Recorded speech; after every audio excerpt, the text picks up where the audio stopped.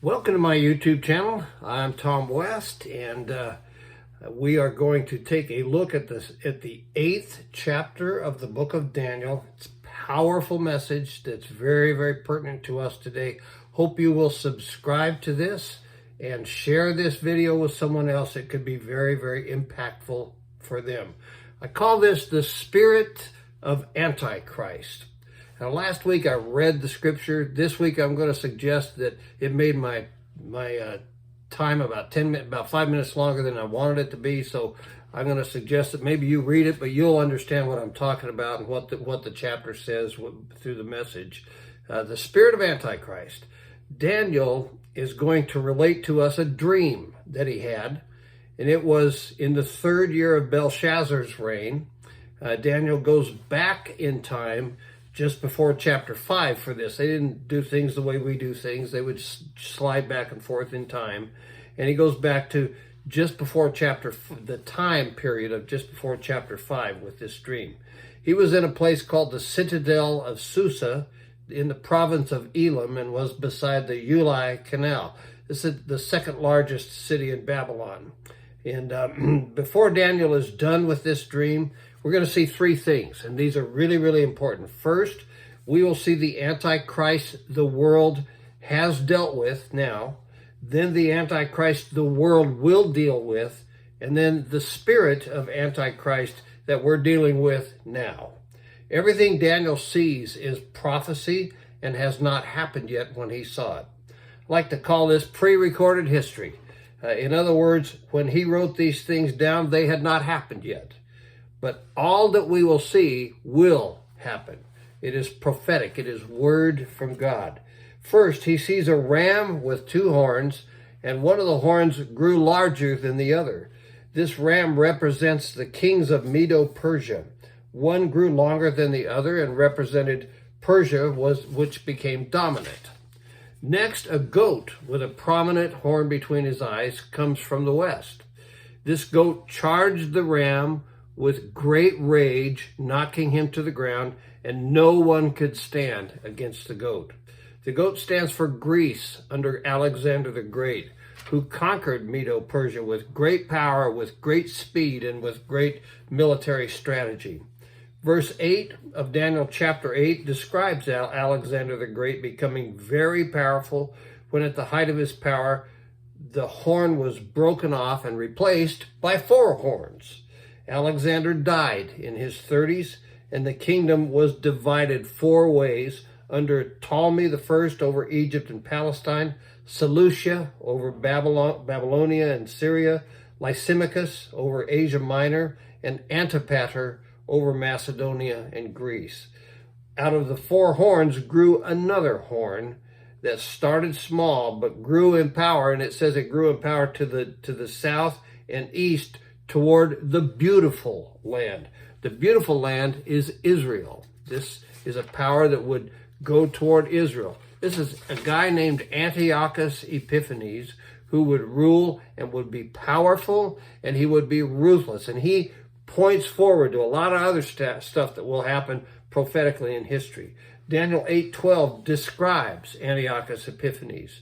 Because of rebellion, the host of the saints and the daily sacrifice would be given over to it. That's the horn that is Antiochus Epiphanes. It prospered in everything it did, and truth was thrown to the ground. That's a dangerous thing to do with truth. This is saying that Antiochus Epiphanes would take Jerusalem and take over the temple and set up a heathen worship in it.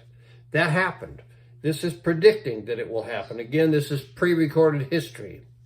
Antiochus Epiphanes was devastating and defeated the people of God for a time. He was deceitful. He considered himself superior. In fact, he considered himself, listen to this, he considered himself God falsely. God with a big G, falsely. Daniel 8:25 tells us his end. Yet he will be destroyed, but not by human power. He went insane and died in 164 BC. That fulfilled that completely. This is the Antichrist the world has dealt with. He is a type of, or a prediction of, the Antichrist that will come at the end of the age. God sent the angel Gabriel to explain the dream to Daniel. We pick up the history of this in Daniel 8, verse 17. And he came near the place where I was standing. I was terrified and fell prostrate. Son of man, he said to me. That's Daniel speaking. That's Daniel being spoken to by Michael, the angel. Son of man, he said to me, understand that the vision concerns the time of the end. Gabriel is telling Daniel that the vision of Antiochus Epiphanes predicts his coming, but he states that the Antichrist will come at the end times as well. 2 Thessalonians chapter 2, verses 3 and 4 deals with what's called the man of lawlessness, or you can think of him as the Antichrist. Don't let anyone deceive you in any way, for that day will not come until the rebellion occurs and the man of lawlessness is revealed, the man doomed to destruction. He will oppose and exalt himself over everything that is called God or is worshipped, so that he sets himself up in God's temple, proclaiming himself to be God. Here the Apostle Paul is calming some believers down who were worried that they had missed the second coming of Christ. A false teacher had taught them that had happened. He is saying that Jesus will return after the man of lawlessness, or the Antichrist, sets himself up in God's temple and proclaims himself as God. Antiochus Epiphanes is predictive of the Antichrist because he did the same thing. It's like saying there's going to be another guy that's going to come and do the same thing Antiochus Epiphanes did. There's going to be an Antichrist. And Antiochus Epiphanes pointed forward to him coming by the evil stuff that he did. And, in the last 50 years or so, I've heard Christians accuse many people of being the Antichrist. Saddam Hussein got that finger pointed at him, and many others have too, some that are just amazing that people would think that. It seems like every time you turn around, some guy who says he's a prophet comes out and says this guy or that guy is the Antichrist. Let me tell you what the truth is. When the guy shows up who does what Antiochus Epiphanes did, you have the Antichrist. He will do the same stuff that he did in a restored temple. He'll take it over. He'll bring false worship into it. He will proclaim himself as God. Then get ready for Jesus' return. That has not happened yet. But when it does, it will be unmistakable. You will not be able to miss it. This is the Antichrist the world will deal with. Now let's take a look at the spirit of Antichrist that we're dealing with now. In 2 John 7, there's just one chapter in 2 John, so it's the 7th verse. Many deceivers who do not acknowledge Jesus Christ as coming in the flesh have gone out into the world. Any such person is the deceiver and the Antichrist. You see, if a person does not confess Jesus as coming in the flesh, and he's out there influencing people, he is an Antichrist. Not the, but an Antichrist. The spirit of Antichrist is alive and well on planet Earth and always has been. The other basic element in the spirit of Antichrist is the deception and opposition to the things of God and the teaching of Christ. The Antichrist will deceive, and he will always oppose the things of God, and he'll deceive people, lie to people. In 2 John 9, 2 verses down from the one we just looked at, anyone who runs ahead and does not continue in the teaching of Christ does not have God. Whoever continues in the teaching has both the Father and the Son. The spirit of Antichrist is always a denial of Christ as Lord, and it deceives people about him and does not continue in the teaching of Christ. It's all about deceiving people and taking them away from Christ. That's the spirit of Antichrist. Recently, a very prominent pastor in this country came out and said the following. He said, "It's too late for America. We've legalized sin." I agree that we've legalized sin, and that's certainly not a healthy thing. But I do not agree that it's too late for America. We are in a time where we are passing laws that enable ungodliness. And my wife and I just had our 48th wedding anniversary. We married in 1973. the same year that Roe versus Wade made it through the Supreme Court, making abortion legal in this country. Since then, listen to this, we've killed close to 70 million unborn children. That may be the most obvious expression of Antichrist in the history of the world. And that's been done by law in the United States of America. Not healthy, folks. Now, I know that abortions happened long before Roe versus Wade. I know abortions done to girls in my high school when I was a teen in the mid-60s. But what is horribly immoral is a nation having laws that condone and allow abortion. Same-sex marriage is legal in most states. Did same-sex people cohabitate before it was legal? Well, of course they did. But it's problematic when the laws of a nation make that sin legal. Someone on TV said recently that he thought they recognized 127 genders. I'm not sure if he was serious, but I know that there's a thing out there where there's all kinds of different genders these days. But you know what? God made them male and female. We are so confused as a culture that we cannot figure out if a person is a boy or a girl. It's pretty simple. The problem is that we define what is true and by what someone feels or thinks. That's called subjective truth.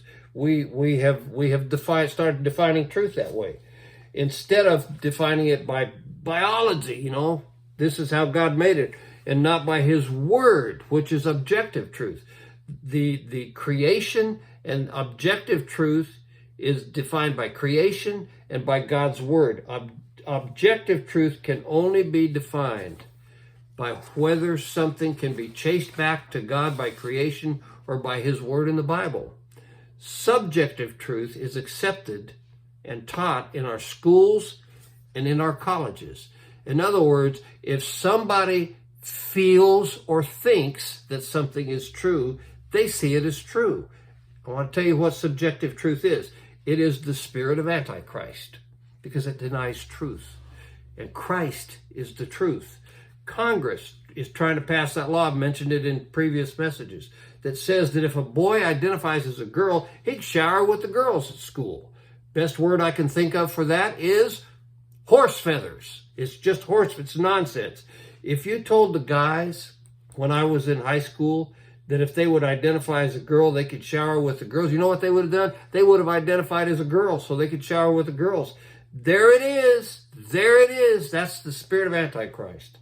1970, 10% of American babies were born out of wedlock. Today, guess what it is? 60% of babies are born without married parents. In the year 2000, 75% of Americans, that doesn't seem like that long ago to me, but in the year 2000, 75% of Americans were church members. Today, it's 47% of Americans. Less than half of Americans are church members. The spirit of Antichrist is working us over. Remember that the spirit of Antichrist in Antiochus Epiphanes died suddenly. Remember that the Antichrist himself at the end of the age will be thrown into the lake of fire. He is defeated. And so my question is this: why can't America defeat him now, defeat the spirit of Antichrist, and have a comeback to godliness? Listen, if Jesus Christ can raise old Tom West from the death of sin and destruction, which he did, then he can raise America from defeat by the spirit of Antichrist. He can win.